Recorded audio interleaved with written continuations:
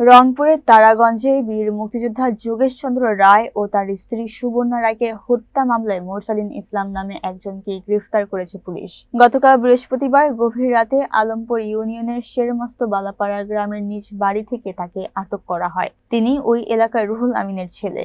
ঘটনার বিবরণ, পুলিশ ও প্রত্যক্ষদর্শী সূত্রে জানা যায়, গ্রেফতারকৃত মোরসালিন বীর মুক্তিযোদ্ধা যোগেশ চন্দ্র রায়ের বাড়িতে টাইলস লাগানোর কাজ করতেন। গত শনিবার রাতে গোপনে বাড়িতে প্রবেশ করে তিনি চাইনিজ কুড়াল দিয়ে মুক্তিযোদ্ধা দম্পতিকে কুপিয়ে হত্যা করেন বলে পুলিশ জানায়। রোববার সকালে উপজেলার রহিমাপুর খিয়ারপাড়া গ্রামের বাড়ি থেকে পুলিশ ওই দম্পতির মরদেহ উদ্ধার করে। এই ঘটনায় নিহতদের বড় ছেলে শোভেন চন্দ্র রায় অজ্ঞাত পরিচয় ব্যক্তিদের আসামি করে তারাগঞ্জ থানায় হত্যা মামলা দায়ের করেন। মামলার ভিত্তিতে বৃহস্পতিবার রাতে অভিযান চালিয়ে মোরসালিনকে গ্রেফতার করেছে পুলিশ। শুক্রবার সকালে তাকে নিয়ে মুক্তিযোদ্ধা যোগেশ চন্দ্রের বাড়ির পাশের পুকুর থেকে হত্যাকাণ্ডে ব্যবহৃত চাইনিজ কুড়াল উদ্ধার করা হয়। তারাগঞ্জ থানার ওসি রুহুল আমিন বলেন, গ্রেফতারকৃত ব্যক্তি প্রাথমিক জিজ্ঞাসাবাদে হত্যাকাণ্ডে জড়িত থাকার কথা স্বীকার করেছে। তার দেওয়া তথ্য অনুযায়ী হত্যায় ব্যবহৃত অস্ত্র উদ্ধার করা হয়েছে।